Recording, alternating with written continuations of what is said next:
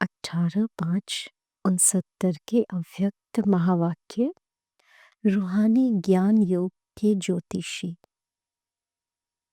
आप सभी ने बुलाया या बाप दादा ने आप सभी को बुलाया है? किसने किसको बुलाया है? जो बच्चे बाप के कर्तव्य में निमित्त बने हुए हैं, उन्हों को यह बात हर वक्त याद रखनी है कि हमें हर समय, हर हालत में एवर रेडी और ऑलराउंड होना है। अगर यह दो बातें सभी में आ जाए तो सर्विस का सबूत श्रेष्ठ निकल सकता है। लेकिन नंबरवार पुरुषार्थ अनुसार यह बातें हैं। आप निमित्त बने हुए बच्चों को यह स्लोगन याद रखना चाहिए कि हम जो कर्म करेंगे मुझे देख और सभी करेंगे। हर समय अपने को ऐसा समझो जैसे ड्रामा की स्टेज पर सभी के सामने हम पार्ट बजा रहे हैं। एक होता है अपने आप से रिहर्सल, एक होता है स्टेज पर सभी के सामने पार्ट बजाना। तो स्टेज पर एक्ट करने वाले का अपने ऊपर कितना ध्यान रहता है।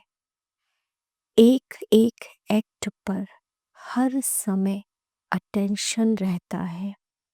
हाथों पर, पाँव पर, आँखों पर, सभी पर ध्यान रहता है।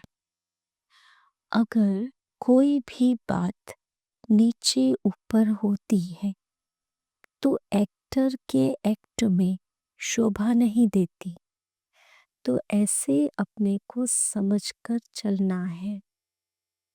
3 मिनट का रिकॉर्ड जब भरते हैं तो कितना ध्यान देते हैं। आप सभी भी अपने 21 जन्मों का रिकॉर्ड भर रहे हो, तो भरते समय बहुत ध्यान रखना है। रिकॉर्ड में जरा भी नीचे ऊपर हो जाता है तो वह रिकॉर्ड हमेशा के लिए रद्दी हो जाता है। तुम्हारा भी 21 जन्मों के लिए सतयुगी राजधानी का जो रिकॉर्ड भरता है तो वह रद्द न हो जाए। रद्द हुआ तो फिर दूर हो जाते हैं। तो यह सोचना चाहिए हमारे हर कर्म के ऊपर सभी की आंख है। एक्टर्स जब देखते हैं कि हमको सभी देख रहे हैं तो खास अटेंशन रहता है। कोई देखने वाला नहीं होता है तो अलबेलापन रहता है। तो हमेशा समझना चाहिए हम भले अकेलेपन में कुछ करते तो भी सृष्टि के सामने है। सारी सृष्टि की आत्माएं चारों ओर से हमें देख रही है। अगर एक एक फूल ऐसा संपूर्ण और सुंदर हो जाए तो इस बगीचे की खुशबू कितनी फैल जाती। लेकिन क्यों नहीं फैलती? उसका कारण क्या? खुशबू के साथ साथ कहाँ कहाँ बीच में और बातें भी आ जाती हैं। भले खुशबू कितनी भी हो, लेकिन खुशबू से भी जल्दी फैलने वाली बदबू होती है, जो जरा सी बात सारी खुशबू को समाप्त कर देती है।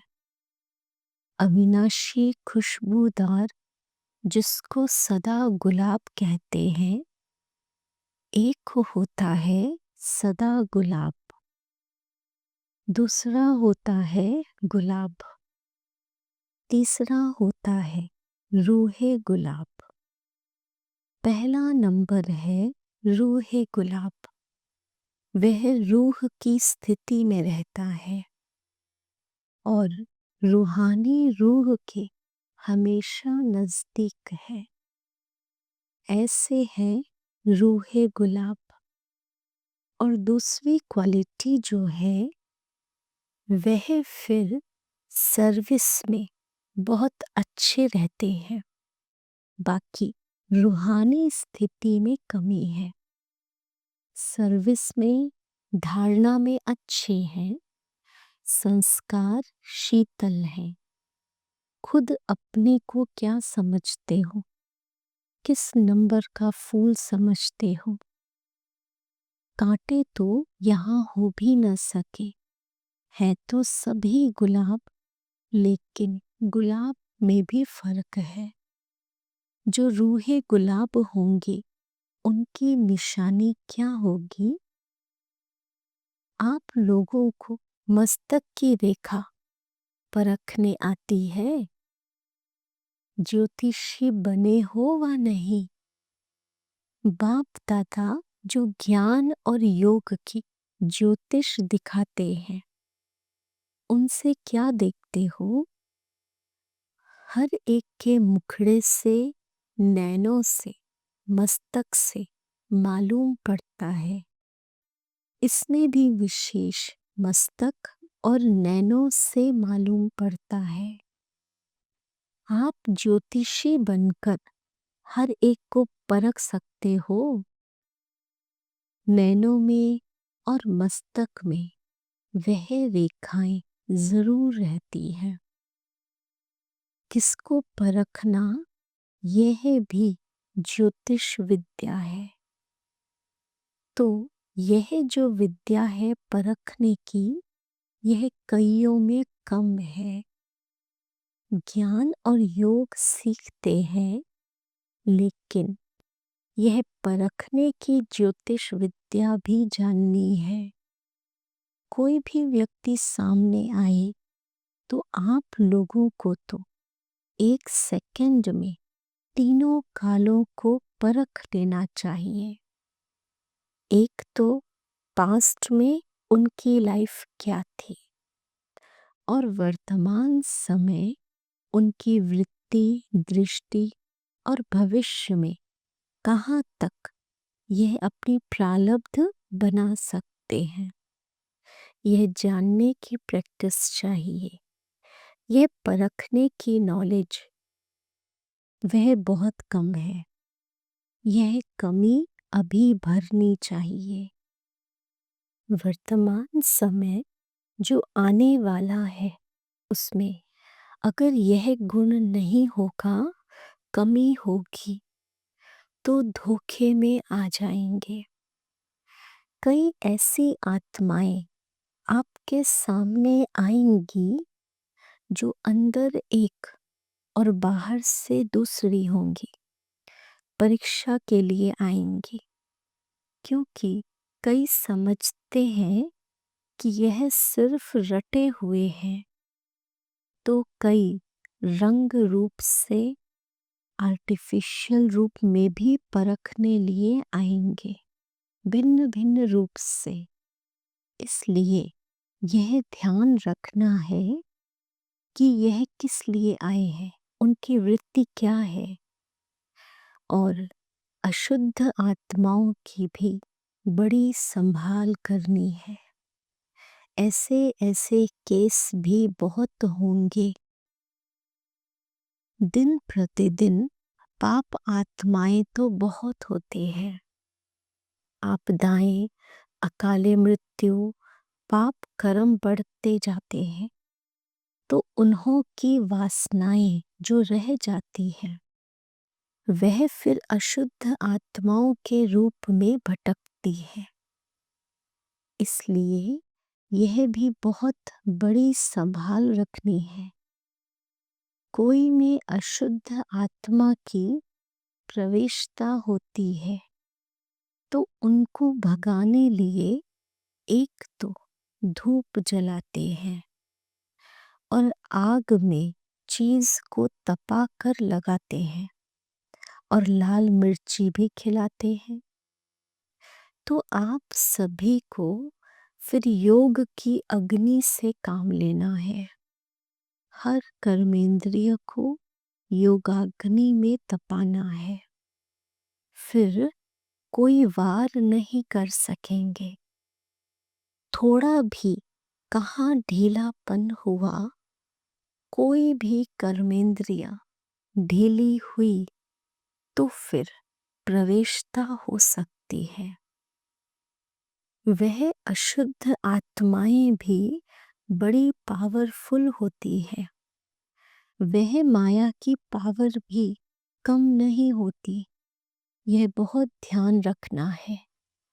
और कई प्राकृतिक आपदाएं भी अपना कर्तव्य करेंगी। उसका सामना करने लिए अपने में ईश्वरीय शक्ति धारण करनी है। उस समय स्नेह नहीं रखना है। उस समय शक्ति रूप की आवश्यकता है। किस समय स्नेह मूर्त, किस समय शक्ति रूप बनना है, यह भी सोचना है। इन सभी बातों में शक्ति रूप की आवश्यकता है।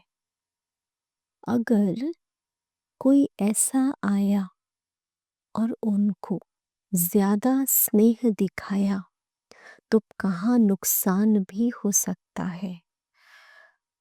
स्नेह बाप दादा और दैवी परिवार से करना है। बाकी सभी से शक्ति रूप से सामना करना है। कई बच्चे गफलत करते हैं जो उन्हों के स्नेह में आ जाते हैं। वह स्नेह वृद्धि होकर कमजोर कर देता है। इसलिए अब शक्ति रूप की आवश्यकता है। अंतिम नारा भी भारत माता शक्ति अवतार का गायन है।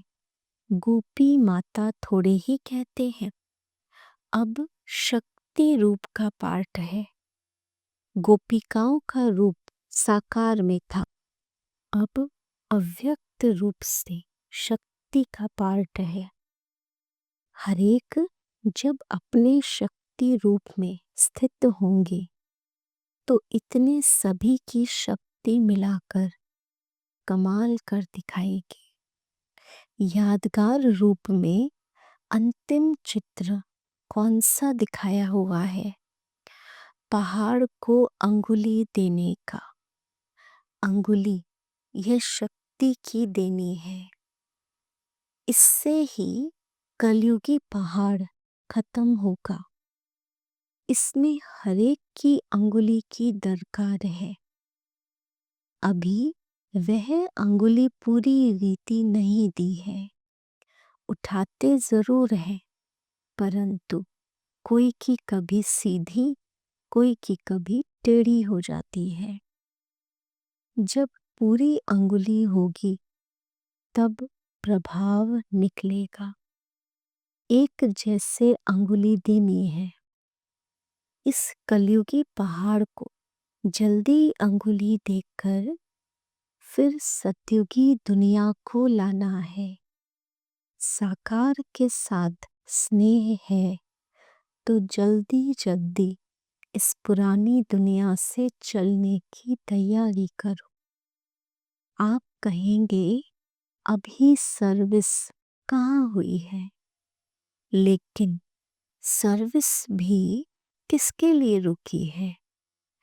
अगर आप हरेक शक्ति रूप में स्थित हो जाओ तो आपके जो भूले भटके भक्त हैं न चाहते भी चकमक अर्थात चुंबक के आगे आ जाएंगे।